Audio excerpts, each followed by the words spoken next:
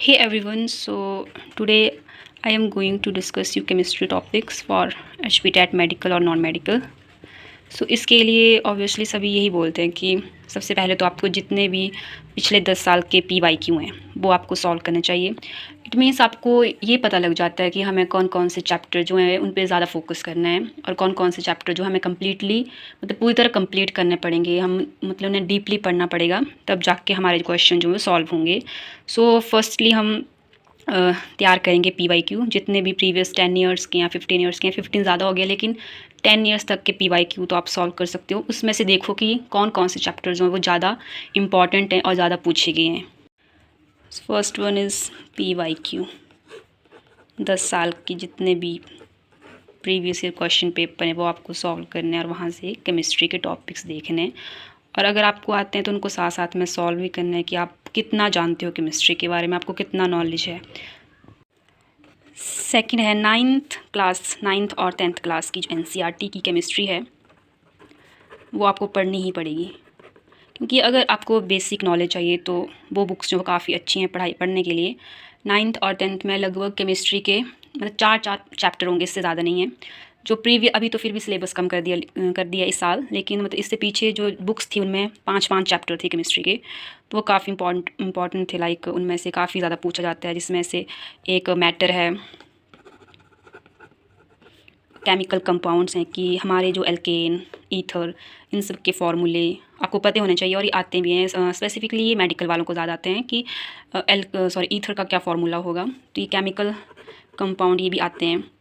फिर मेटल्स और non metals, इनसे भी क्वेश्चन पूछे जाते हैं कि कौन सा मेटल ज़्यादा लस्ट्रस है या फिर किसकी क्या प्रॉपर्टी है, तो आपको प्रॉपर्टीज़ पता होनी चाहिए।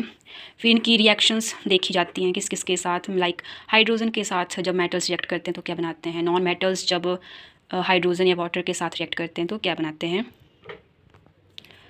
नेक्स्ट इज़ एसिड और बेस चैप्टर। ये शायद 10th क्लास में तीसरा चैप्टर है ये।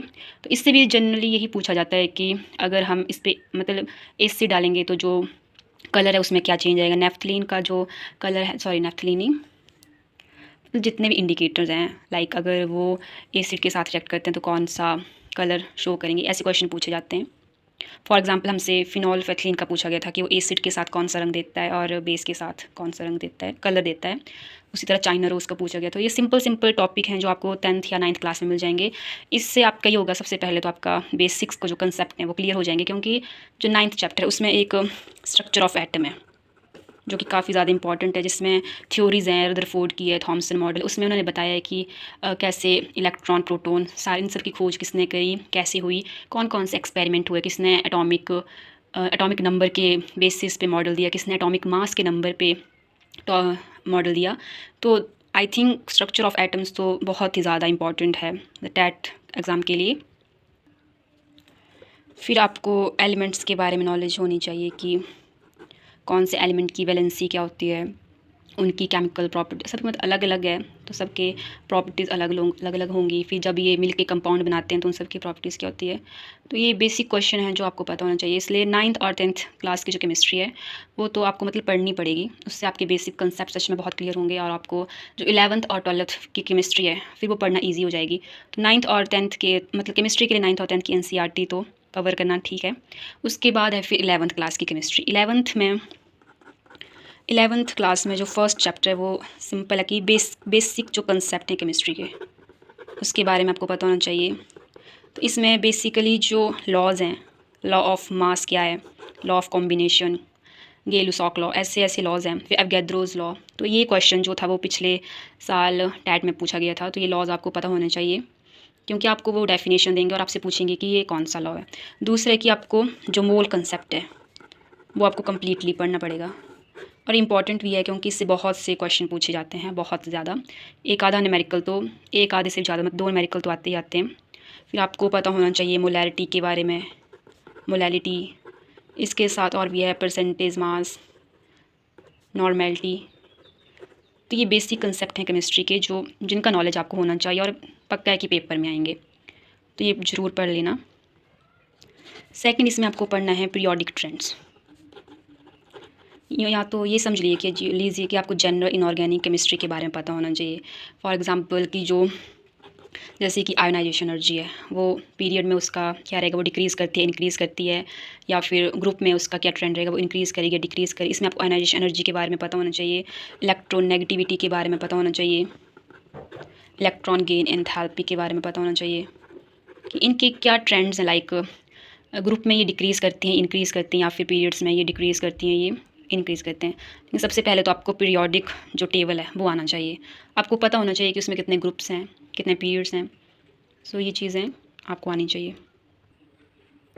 ठीक है, अगर आपने पीरियोडिक ट्रेंड्स पढ़ लिए तो आपके लिए जो एस ब्लॉक है और पी ब्लॉक, ये करना इजी हो जाएगा, क्योंकि इसमें जो देखा जाता है कि जो एस ब्लॉक के जो एलिमेंट्स हैं उनकी भी क्या पीरियोडिक ट्रेंड्स होते हैं वो आपको पता होना चाहिए। फिर जो पी ब्लॉक के एलिमेंट्स हैं उनके भी क्या पीरियोडिक ट्रेंड्स हैं वो आपको पता होना चाहिए।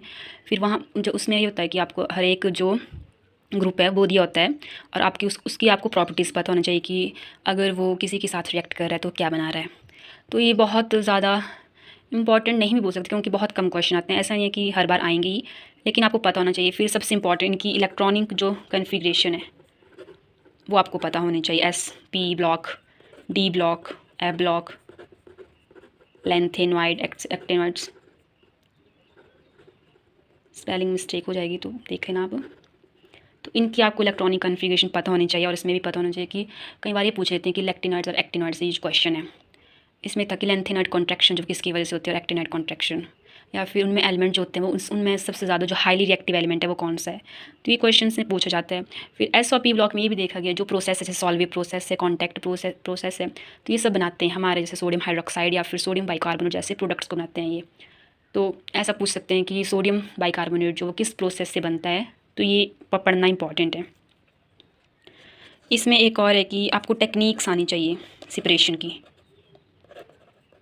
और इससे कई बार क्वेश्चन पूछा गया है, और ये आपको शायद 9th क्लास का जो 2nd चैप्टर है उसमें मिल जाएगा।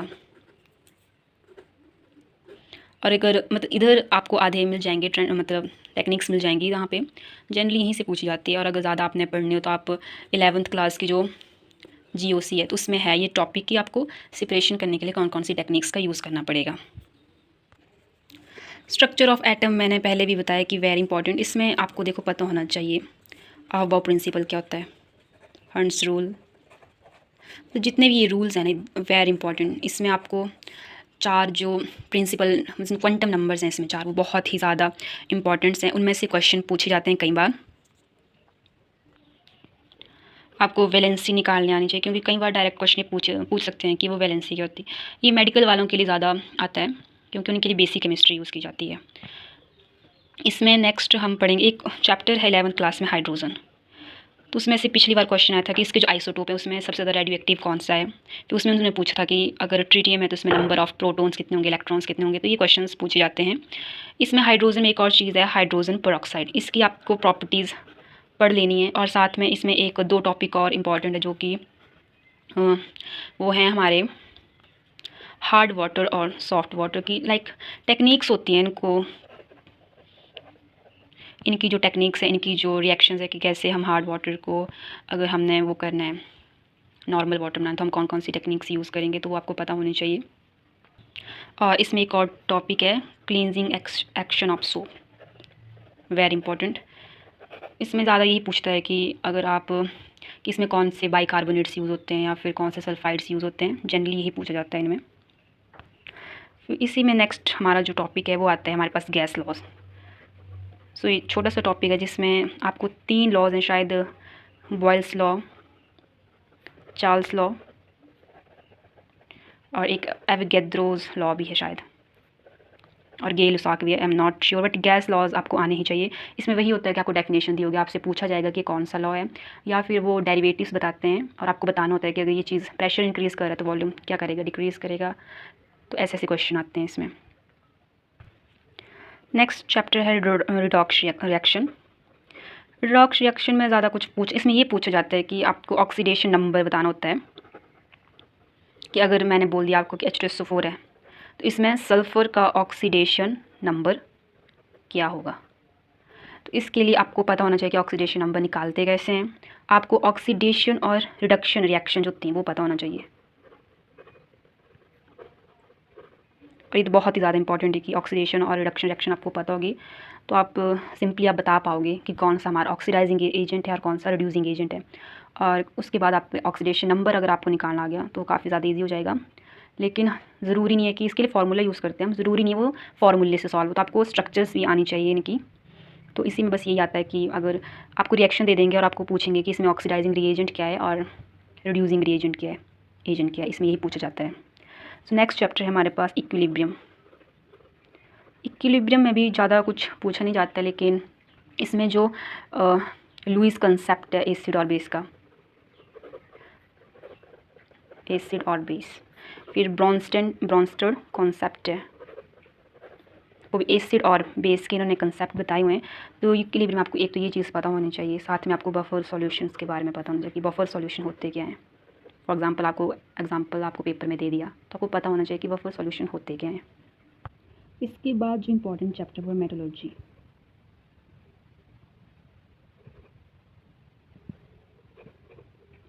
और ये इम्पॉर्टेंट इसलिए क्योंकि इसमें आती हैं ओर्स। सबसे पहले तो आपको ओर्स के नेम पता होने चाहिए विद फार्मूला। दूसरा आता है इसमें कि इसको हम कौन से प्रोसेस से सेपरेट कर सकते हैं, ये चीज़ें आपको पता होनी चाहिए। और इससे जो इसमें सबसे इम्पॉर्टेंट है वो है केमिकल बॉन्डिंग। और देखा जाए तो बहुत ही बड़ा टॉपिक है, बट इसमें आपको जनरली जो पता होना चाहिए, एक तो आपको स्ट्रक्चर्स और शेप, लाइक इसमें एक बैलेंस बॉन्ड थ्योरी है तो वो आपको पढ़नी पड़ेगी, क्योंकि उसी के बेसिस फिर हम मतलब स्ट्रक्चर्स बनाते हैं और शेप बनाते हैं।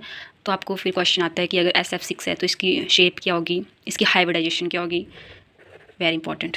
सबसे पहले तो एक्चुअल में आपको हाइब्रिडाइजेशन ही पढ़नी है, उसके बाद आप शेप तक पहुंचोगे। तो आपको ये चीज़ पता होनी चाहिए। इसमें फिर बॉन्ड एंगल, बॉन्ड ऑर्डर, ये सारे इसी की कंसेप्ट है। तो केमिकल बॉन्डिंग एक ऐसा चैप्टर जो आपको पढ़ना पड़ेगा, लेकिन इसमें यह है कि बहुत कम क्वेश्चन आते हैं। लाइक पिछले 1 साल में भी इस केमिकल बॉन्डिंग से कोई क्वेश्चन आया नहीं था, लेकिन उससे पीछे वाले में क्वेश्चन आए थे। लेकिन जनरली जो है वो यही आता है कि शेप क्या है, स्ट्रक्चर क्या है। अगर इसकी ये आपको कोई स्ट्रक्चर दिया है तो इसकी हाइब्रिड क्या होगी। इसमें आपके एक और टॉपिक वन है डाइपोल मोमेंट। इसमें जनरली क्वेश्चन पूछा जाता है, तो आपको पता होना चाहिए कि किसका डाइपोल मोमेंट क्या है, कौन से पोलर हैं, कौन से नॉन पोलर हैं। तो ये पढ़ के जाना है। अब आपके पास बचती है जनरल ऑर्गेनिक केमिस्ट्री, जिसमें आपको जो कंसेप्ट है, बेसिक कंसेप्ट है ऑर्गेनिक केमिस्ट्री के, वो पढ़ने पड़ेंगे। जैसे इंडक्टिव इफेक्ट क्या होता है, मतलब उसको आप लोगों ने जानना है कि होता क्या है, क्योंकि उसके बेसिस पे ये क्वेश्चन पूछे जाते हैं कि कौन सा एसिड जो है स्ट्रॉन्गर है और कौन सा वीक है। तो उस चीज़ के लिए आपको ऑर्गेनिक केमिस्ट्री के जो जनरल कंसेप्ट है वो पढ़ने पड़ेंगे। इंडक्टिव इफेक्ट हो गया, हाइपर कॉन्जुगेशन इफेक्ट हो गया, ये दोनों पढ़ने पड़ेंगे। इसमें अगर आपको जो रिएक्शंस हैं उसमें ज़्यादा मैकेनिज़्म या डीपली नहीं जाना है, बस आपको सारी रिएक्शंस याद रखनी है और उसमें ये देखना है कि उसमें प्रोडक्ट क्या बन रहे हैं फाइनल, और कौन सा कैटलिस्ट यूज़ करा या फिर कौन सा ऑक्सीडाइजिंग एजेंट या रिड्यूसिंग एजेंट यूज़ करा है उस रिएक्शन के लिए, और कौन सा प्रोडक्ट बन रहा है। साथ में उसके जो प्रॉपर नेम दिए जाते हैं रिएक्शंस को, वो आपको पता होने चाहिए। जैसे कि मार्कोनिक को रूल है, तो ऐसे प्रॉपर एक नाम दे के रखा हुआ है इस रिएक्शन को, तो ये आपको पता होना चाहिए। मतलब आपको रिएक्शंस आप सारी पढ़िए, बस आपको पता होना चाहिए कि अगर मैं स्टार्टिंग में मेरा रिएक्टेंट ये, तो मुझे प्रोडक्ट क्या मिल रहा है और मैं कैटलिस्ट कौन सी यूज़ कर रही हूँ और किसकी प्रेजेंस में कर रही हूँ, तो ये पता होना चाहिए। फिर आती है हमारी फ़िज़िकल केमिस्ट्री। फ़िज़िकल केमिस्ट्री के जो 3 इंपॉर्टेंट चैप्टर हैं वो हैं, एक थर्मोडायनेमिक्स, और इसमें आपको बेसिक रूल पता होने चाहिए। रूल नहीं है, सॉरी, वो लॉज़ हैं, 3 लॉज़ हैं थर्मोडायनेमिक्स के, वो आपको पता होना चाहिए। एंट्रोपी के बारे में आपको पता होना चाहिए। क्वालिटेटिव और क्वांटिटेटिव प्रॉपर्टीज़ आती हैं, वो आपको पता होने चाहिए। थर्मोडायनेमिक्स में बस यही। गिब्स फ्री एनर्जी के बारे में आपको थोड़ा बहुत पता होना चाहिए, इक्वेशन आपको पता होना चाहिए, बस यही है इसमें। और इसमें जो दूसरा है वो है इलेक्ट्रोकेमिस्ट्री। अब इलेक्ट्रोकेमिस्ट्री जो वो भी काफ़ी इजी है, इसका भी आपको बेसिक पढ़ना है। तो इसमें देखना है आपकी कौन सी इलेक्ट्रोलिटिक सेल है, उसमें कौन कौन सी चीज़ें कौन सी चीज़ कैथोड पे होती है, एनोड पे होती है। तो ये चीज़ें आपको पता होनी चाहिए, क्योंकि ये क्वेश्चन तो पूछा जाता ही है कि अगर हम कैथोड में ये रख रहे हैं तो एनोड पे क्या बनेगा। तो इस तरह के क्वेश्चन आते हैं इलेक्ट्रोकेमिस्ट्री में। इसके बाद इसका जो लास्ट चैप्टर है वो है केमिकल काइनेटिक्स।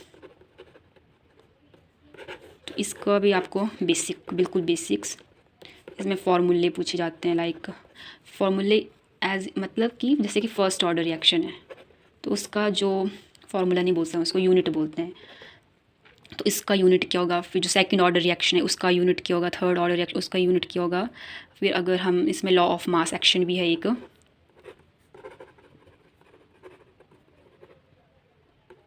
ये आपको पता होना चाहिए इसमें। फिर बस यही है केमिकल काइनेटिक्स में। एक आधा अगर आपको फॉर एग्ज़ाम्पल आ भी गया करने के लिए, लाइक न्यूमेरिकल टाइप, तो इसी के बेसिस पे आता है फर्स्ट ऑर्डर या सेकंड ऑर्डर रिएक्शन के बेसिस। इसमें एक जो इम्पॉर्टेंट टॉपिक है वो है हाफ टाइम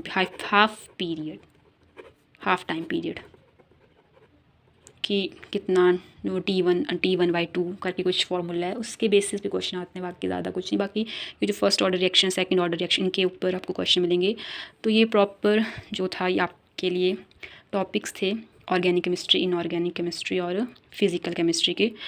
तो अगर आप ये सब पढ़ोगे तो आपकी जो केमिस्ट्री है वो मतलब एक तो आपके सारे बेसिक कंसेप्ट भी क्लियर हो जाएंगे और आपकी आगे मतलब टीजीटी अगर आपने देना उसके लिए आपकी पकड़ जो और मजबूत हो जाएगी।